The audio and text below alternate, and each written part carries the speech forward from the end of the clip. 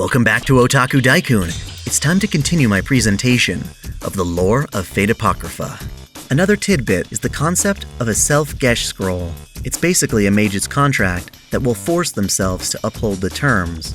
Shishigo offers to use one on himself if Fiore and her family don't trust his offer to cooperate, but they never go that far. Okay, it's time to get real with some talk about mages. With all my experience with Type Moon, I'd have to argue that mages are genuinely hypocrites. Rather, there are two sides to every mage, their craft and their humanity. The most devout mages are those who cast humanity aside in favor of their craft. Ethics, morals, loyalty, technically none of them should get in the way of a magus if it means perfecting their craft or making a new discovery. Yet, mages are human, and that's what makes them endearing. Thinking back on various mages we know, there are people like Rin Tosaka, who wants to honor her family and uphold her family's reputation, but struggles when confronted by death, and certainly has reservations about killing others. It's why she saves Shiro, and later spares him to Archer's frustration. Then there's Waver, who wants the Grail so he can have others respect him and his abilities. For him, it's less a matter of accomplishment, and more a product of his human emotions. Kiritsugu is technically a magus, coveting the Grail to put an end to all evil in the world. He'd lived his whole life in rebellion of traditional mage culture, becoming the infamous mage killer, because he saw what horrible things magecraft did to loved ones. Then there's Shishigo, who, for all his meddling in dead mages and corpses, devotes himself to the Grail War so that he can have a prosperous child. Sure, this is so he can pass down his magic crest, but also because he feels awful for losing his adopted daughter, and doesn't want her sacrifice to be in vain. And now we have Fiore, the new head of the Yggdrasilania clan, since Darnik has died. Charon notices a deeply human aspect of her, and fears that it might prevent her from ruling the clan properly. When they were kids, her dad brought home a stray dog, intending from the start to use it for a lesson in magecraft for his children. He had to go on business for a week or so, leaving the family to take care of the dog in the meantime, during which Fiore had grown attached and saw the dog as a pet. Of course, Daddy comes home and uses the dog to show them what a failed evocation looks like, causing the dog to suffer a horrific death as its skin melted away. It clearly traumatized her, but she pent those emotions up to put on a front, doing what's right of a magus, not a human. That said, it was obvious she mourned the dog's passing, demonstrating how, despite being a competent mage, she harbors an inner sense of humanity that is at odds with her pursuits.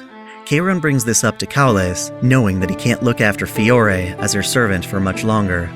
Let's not forget Jeanne has 2 command seals for every servant in the war. She'd used some of them to power up the servants fighting against Dracula, but she still had 2 reserved for Mordred. In exchange for getting their cooperation defeating Adam, Jeanne agreed to hand over 1 seal to Shishigo. Jeanne is worried about the idea of handing over both, meaning that she can't use a command seal meant for 1 servant on another. If Mordred's got the last seal, Jeanne would not be able to control her, no matter how many seals remained, since they were for the other servants. Seig got 3 command seals when being chosen as a master by the Greater Grail, and so far, he's used 2 of them for Siegfried's transformations. Jeanne is able to restore those, so yay, except that these transformations are slowly killing his body. Thus, Jeanne makes him promise to only ever use 2. So Gortys isn't a complete douchebag, in part due to regretting his handling of Siegfried, pushing his own servant to sacrifice himself. Gortys decides to help out in healing many of the injured homunculi. In the novel, it's interesting to read about their different ailments and injuries, as well as how to fix them. Now aware of their own autonomy, the homunculi have become pretty confident and snarky. It's well written. It seems that Jeanne is developing feelings for Seig, but she hides them away because she feels she has no right to have such feelings while serving as a ruler. She convinces herself that it's only Laetitia who loves him. Fiore experiences dreams of Charon's past. She begins to feel guilty about her role in the Grail War, summoning Charon to fight the boy he treated like a son. But Charon explains that he wants to fight Achilles to see how much of a hero he'd become after leaving when he was 10 years old. So it turns out that the church Jeanne uses to sleep in is actually a network with the Holy Church as additional overseers. They serve as a point of contact in observing the Yggdrasilania clan. The sister there, Alma, is basically a spy of sorts, so she eventually figures out that the girl Jeanne staying at her church is in fact Jeanne d'Arc. They have a touching conversation about the hope Jeanne's death brought many people. In the novel, Jeanne goes to check on Seig. only to discover him in bed with Astolfo, who is clinging to his leg, half naked in pajamas. At this point, Jeanne doesn't realize Astolfo's a guy and has many suspicions. The remnants of the Black faction, now receiving help from Mordred, Shishigo, and Ruler, plan on attacking the Hanging Gardens via airplane, and it will take 3 days to procure the vehicles. Thus, they focus their efforts on bringing Jack the Ripper to justice. They track down one of Jack's recent victims, and Cowlus uses Magecraft to dive into the victim's mind and experience his last moments in order to track Jack down. It's quite a gruesome procedure, and can really fuck with a mage if used too much. When they finally encounter Jack, she covers Trephus in a fog, which is used to separate Seig from Jeanne. Of course, Jack targets Jeanne first. After all, Jack can unleash a devastating attack, Maria the Ripper, Holy Mother of Dissection, under the conditions that her victim is a woman, in the fog at night. Jack uses spirit projection to make a little girl beg for Jeanne's help, only to distract her for Jack's noble phantasm. However, Jeanne being a saint in possession of Luminosité Éternelle, she is immune to the curse and able to survive the attack. It makes me wonder exactly how, but Jeanne carries holy water with her, which can be used to exorcise evil spirits. Atalanta, serving under Shiro, jumps into the fog to defeat Ruler. While fighting, Jack the Ripper is able to use her composite form of aborted children to possess the children of Trephus and bring them into combat. Jack throws scalpels at the children to force Jeanne and Seig apart as they try to reduce casualties. But as the battle progresses and Jeanne damages Jack, the spirits possessing the children begin to leave them. Jeanne eventually pins Jack and tries to perform a baptism rite on her, but Jack escapes via her master using a command seal. As Reika and Jack are fleeing, Atalanta sends an arrow at them, and Reika takes the hit to save Jack, sending her off with her remaining command seals. Even though Atalanta wants to protect children, she can't forgive Jack for involving other children in her schemes. Atalanta shoots Jack through the chest, but doing so accidentally releases all the vengeful spirits kept within. Atalanta, as well as Seig and Jeanne, are engulfed by the spirits and shown an illusion of London's Whitechapel district filled with children who yearn to return to their mother's wombs. While Atalanta tries to save the children, they instead share with her their torment and misery. When these children beg Jeanne to save them, she declares she can't. In essence, Jack the Ripper exists as an entity that can be destroyed, but the countless children that comprise her are pretty much infinite. Not a single child's soul within Jack has its own identity, its own mother. It's like stirring together all sorts of colors of paint into a single bucket, turning it all black.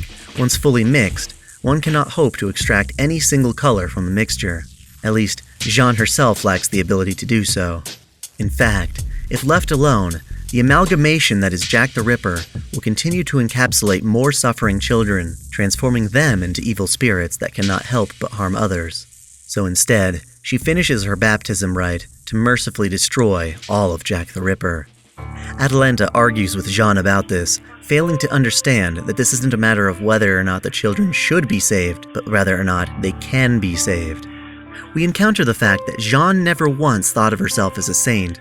She was a warrior who commanded the deaths of many on the battlefield. Ending the misery of the children is the least she could do. Of course, Atalanta is someone who simply cannot rationalize this and declares that she will kill Jeanne to avenge the children. She feels that hope for those spirits should not have been lost until they used the Grail. All her hopes are set on the Grail. Atalanta's struggle as a character comes from her inability to defeat an opponent that is intangible, an entire society, a systematic force to which she has no direct target she can aim her arrow at. Thankfully, all of the mortal children whom Jack had possessed are all safe. Jack had excluded them from the fog's fatal corruption. Atalanta comes out of the Jack the Ripper ordeal with a curse on her right arm from when she was engulfed in darkness. She felt guilty for killing Jack, and as punishment, she refuses to have the arm healed, instead merely wrapping it up as it becomes more unsightly. She doesn't want to deny the children, so she lets them remain at the cost of her curse. This helps her become completely consumed by her hatred for Jeanne. Shakespeare, for what little screen time he gets, is actually very interesting. He spends his time provoking the other servants, reveling in their struggles and emotions. He's able to point out and say obvious truths about them that they themselves don't want to confront. It's also funny having Achilles tell Shakespeare to make his story a comedy, since being conveniently shot in his weak spot to die is ridiculous. So the former Masters of Red are still hanging out in the gardens, chatting away in their delusion. They haven't gone mad or anything, they've just been forced to believe they're in a different situation, like a dream. One thing the novel doesn't touch on is whether or not they get fed, sleep, or go to the bathroom. You've gotta wonder. Anyway, Karna still feels his true master is one of these mages, and even though he follows Shiro's ambitions, he still cares about the safety of his master. The remaining Black faction plan their aerial assault, intending to use commercial airliners to approach the Hanging Gardens. Their hopes are low until Astolfo boasts about his grimoire that protects him from spells. Comically, they try to jog his memory of its true name, since, without it, he is still vulnerable. He reveals that he'll be able to remember the book's true name on a moonless night, a new moon. Problem is, waiting 5 days till the next new moon will mean potentially losing the chance to retrieve the Greater Grail, even if they succeed. Fiore struggles to decide whether to wait or not, until Cowlus convinces her that she's not cut out to be a mage. I personally find this conversation silly, but whatever. Fiore decides to give up the Yggdrasillian name, and Cowlus vows to take over in her place. They decide to wait 5 days and charge in with Astolfo's full protection. Without very much development, Fiore transfers her magic crest to Cowlus, a declaration of fully giving up her magecraft. Again, I find this as poorly developed and genuinely irrational. Someone like Rin Tosaka, who can't help but hang on to her humanity, remains a magus and does just fine. I'm not convinced. Fiore considers the situation in which Seig lives beyond the Grail War. She doesn't want anyone who isn't a servant to bear witness to the transferring of her magic crest, so she sends Seig to one of their safe houses, along with Astolfo for the time being. What about the other homunculi, though? I'm beginning to question Fiore's decision-making. In the safe house, Astolfo is bored, and as unreasonable as ever, breaking various things like the ceiling lamp and bed by playing around on them. To satisfy his unrest, Seig agrees to go out to eat in Bucharest during the next day. Astolfo finds a feuding couple and encourages them to have an all-out fistfight on the streets to settle it. Astolfo's absolutely crazy, but he loves considering what amazing developments might come from his interactions with others. He's very optimistic in that regard, and I can't help but envy that. Man, the novel really does have a lot of hidden gems that were left out of the anime. Before heading into their final battle, Shishigo reports his situation by calling Lord Elmaloy II via cell phone. Mordred is listening in on their conversation and hears that the Mages Association wants to recover the Greater Grail for themselves. She yanks the phone from Shishigo and declares that the Grail belongs to her and her master. Accepting a battle with Semiramis, Shishigo starts conducting an antidote for her deadly poisons, using the remains of the preserved Hydra. Ever since experiencing visions of London, Seig has doubts in his mind about the nature of humanity, whether they're worth fighting for or not. Are they inherently evil? Jeanne herself loves humanity despite their inherent evils, but Seig still struggles, asking other masters and servants. He asks Mordred if humans are good or evil. Of course, she sees humans as nothing more than beasts, capable of going either which way. Aside from her father, Mordred bears no grudges against humans, but also finds them to be completely unworthy of saving. She's more concerned with her own well-being. After conversing with Seig, Mordred is left wondering what kind of king she wants to become in the first place. Someone grander than Artoria? What does that even look like? She was a homunculus child who had never been loved, and never loved in return. Just how would she rule her kingdom? Now, while it's comedic gold when Astolfo exposes himself to Jeanne, clearing up her misunderstanding once and for all, it serves to develop the Nasuverse a little more. How could Ruler, who has the ability to discern servants' true names, not know Astolfo was a guy? If I had to rationalize it, when a hero is recorded into the Throne of Heroes, their stats are recorded in the form of a spiritual document of sorts. Mages and servants alike can actually concentrate and earn visions of these documents, like entries in a database. When Jeanne and Seig visualize Astolfo's stats, it's covered in all sorts of jokes and side notes, characterized by Astolfo's impulsiveness. In particular, his gender stat is completely blurred out. Even so, you'd think Jeanne would want to know more about Astolfo's legend and be able to figure it out on her own. All of the homunculi force Gortys to give them names, which he ultimately does, but the names he's chosen are questionable. The homunculus leader of sorts is named Tool, for instance. As long as they're happy, I guess. Either way, Yggdrasilania signs an official contract freeing the homunculi. The novel covers the actual transferring of the crest in more detail. It pretty much involves confronting the collective wills of the Yggdrasilania ancestors, who aren't too happy about their crest going to the weaker of the two descendants, even though the stronger is still capable of being the head. There's a lot of rejection in the process, and Jeanne has to help out with her healing. In the end though, Kaulis, who himself doesn't necessarily want to be a mage either, is willing to inherit the crest anyway, because he respects his sister's arguably first ever important life choice. It's made clear that Laetitia is enamored by Seig, but Jeanne refuses to consider her own feelings of him. Jeanne insists that her desire to protect Seig comes from the guilt in her heart for allowing him to return to battle. Shishiko and Mordred wind up having a very close bond as master and servant. Mordred never had anyone she could openly talk to or shoot the breeze with. Free from her role in Camelot, she's been able to indulge in various fun things that Artoria never did during her life. It was a simple notion, but the idea of talking to others, truly learning about them through social interaction, was something that could have benefited Artoria. Mordred herself felt that they could perhaps bridge some kind of understanding if they'd been able to talk like she and her master did. Achilles spends his final nights leading up to his fight with Chiron by practicing in hypothetical battles non-stop. Karna is someone who never had worldly desires of his own outside of wanting to be loyal to his masters and honorable to his father. That is, with one exception, Arjuna, the man who killed him. The two in their rivalry were always something that stirred Karna's emotions, and now Siegfried is stirring up similar feelings. All he wants in the Grail War is to finish his battle with Siegfried as a means of understanding such emotions. So the final battle has come. Fiore has reserved the entire damn airport for 12 hours and purchased several jumbo jets to use as decoys in their approach of the gardens. Sure, these particular jets were older and were planned to be scrapped anyway, but it seems expensive as all hell. I am genuinely curious how much it all cost. According to his legend, Astolfo is someone who is out of his mind, acting senselessly. Yet, by going into battle under a new moon, Astolfo is going to be back to his senses, able to remember his noble phantasm's true name, but also terribly afraid by their risky operation. Seig offers him support, only to discover that Astolfo is afraid precisely because he doesn't want Seig to die. Aww. By this point, Jeanne is actually afraid of airplanes, asking Seig just how they're able to fly, and how easy it is to send one plummeting to the ground. Again, this is because she has a better understanding of magecraft than she does science. The Greater Grail is a highly complex system created by the Ainsburns, so simply understanding how it works took decades for someone like Darnick. Shiro and Shakespeare worked together to find a way to get inside the Greater Grail and activate it from within. That said, their trust can only go so far. Shakespeare as a servant can manipulate and paint illusions with his stories, as well as twist the hands of fate with his writing. As long as his stories are interesting, his power can be used to completely dominate the Grail War. Problem is, you've got to submit yourself to Shakespeare's sense of taste. He doesn't care who wins the Grail, so long as it's interesting.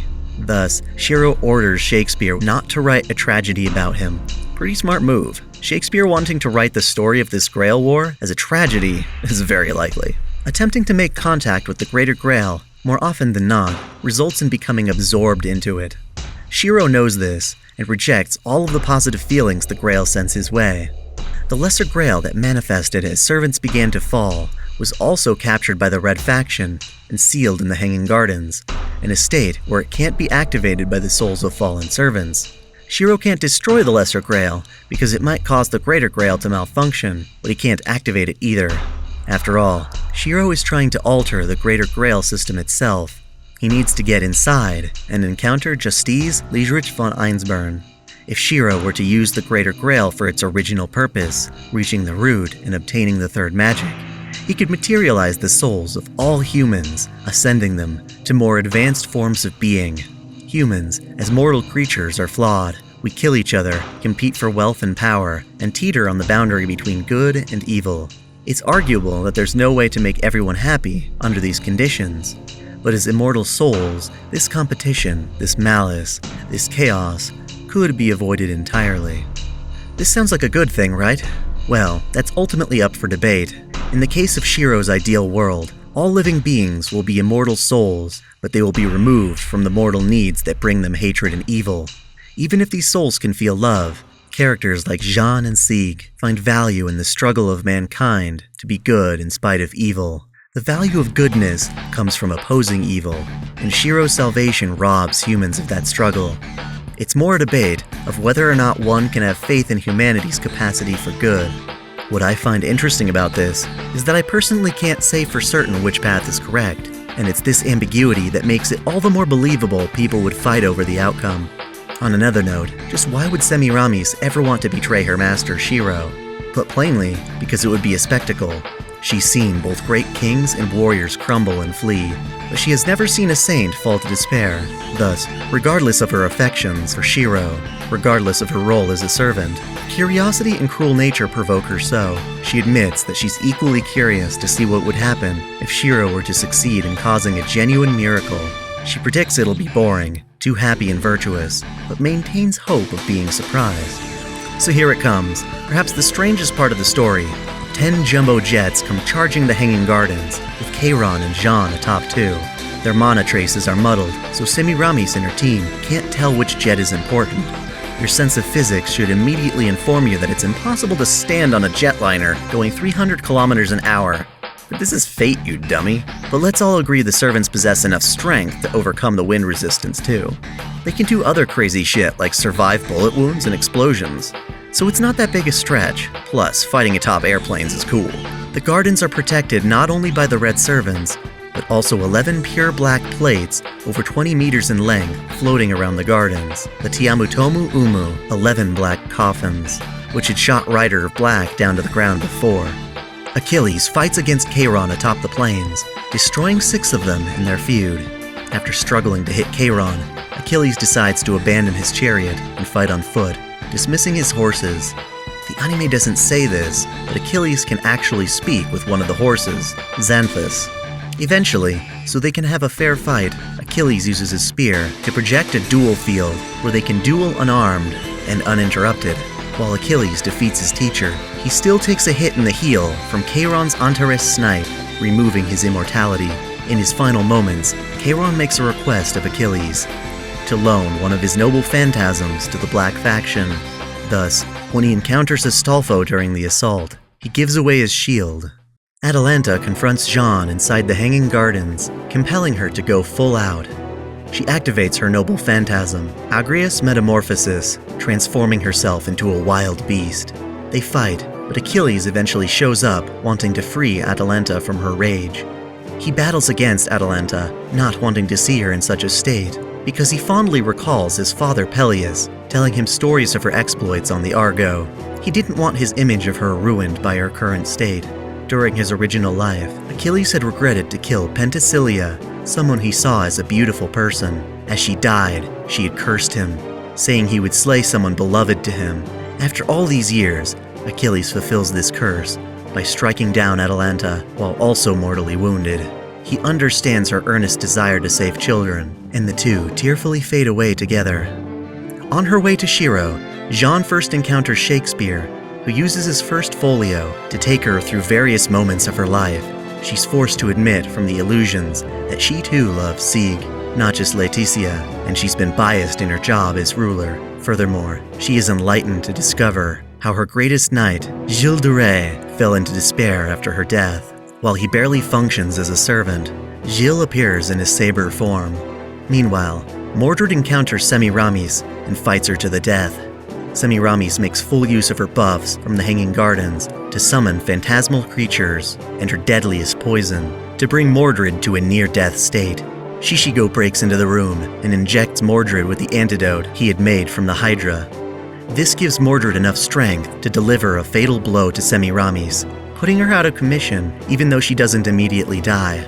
Tragically, both Shishigo and Mordred are mortally wounded and accept that they've lost. They come to a bittersweet understanding as they die together in relative peace. I've got to say, they're probably one of my favorite master-servant couples. This is when most people's least favorite scene in the anime occurs, the fight between Seig and Karna. Basically, Karna remarks to Seig that he and Siegfried had promised to finish their duel, requesting that Seig transform to fulfill that promise. They battle, with Seig using more command seals to bolster his abilities against Karna's noble phantasms. When Karna unleashes his most deadly weapon, Vasavi Shakti, his attack is blocked because Astolfo leaps between them and activates Achilles' shield. Karna, no longer with his armor, is defeated by Balmung. You may not like Seig winning the fight, but I personally feel the writing justifies the outcome here. Meanwhile, Cowlus finds the Masters of Red and helps rescue them. Seig and Astolfo reach the Greater Grail chamber and face off against Shiro Kotomine, who is surprisingly less of a threat for being more of a saint than swordsman. It doesn't hurt that because Seig was revived by the electricity produced by Fran's suicidal noble phantasm, he has the ability to use hers, Blasted Tree, without sacrificing himself. Ultimately, Shiro is defeated, and Jeanne uses her noble phantasm, La Pucelle, in an attempt to destroy the Greater Grail. Sadly, this only destroys part of the Grail, leaving Seig to settle things. She promises before fading to one day reunite with him. The Grail is about to take effect and materialize the souls of all humans. Inside the Greater Grail, Seig discovers that his body is actually transforming into that of the dragon Fafnir. He allows this and decides to carry the Grail to the reverse side of the world, where it can do no harm. Before transforming, Seig orders Astolfo to live after the war and make the world a better place. Shiro rests in his final moments with Semiramis, who gives him a poisonous kiss. The two accept their defeat and bask in their brief time together. Shakespeare is still busy writing the end of his latest story as the Hanging Gardens crumble apart. He sees the dragon flying off in the distance with the Greater Grail and feels his masterpiece is finally complete. The pages all scatter, and he allows himself to fall from the gardens to his death. He expresses a desire to have been the protagonist of this great play, as he once used to double as both playwright and actor. Astolfo safely rescues Leticia's body from the Hanging Gardens, bidding a farewell to Seig as he traverses the boundary leading to the reverse side of the world. Things settle down. Cowlus is made an apprentice of Lord Elmaloy II. Fiore begins rehab so she can walk again. Leticia returns to her civilian life, and Astolfo travels the world bringing joy. Jeanne returns to being a heroic spirit recorded in the Throne of Heroes. There, she strives to reunite with Seig in the reverse side of the world. Normally, the reverse side of the world does not welcome heroic spirits, so the odds of success are close to zero.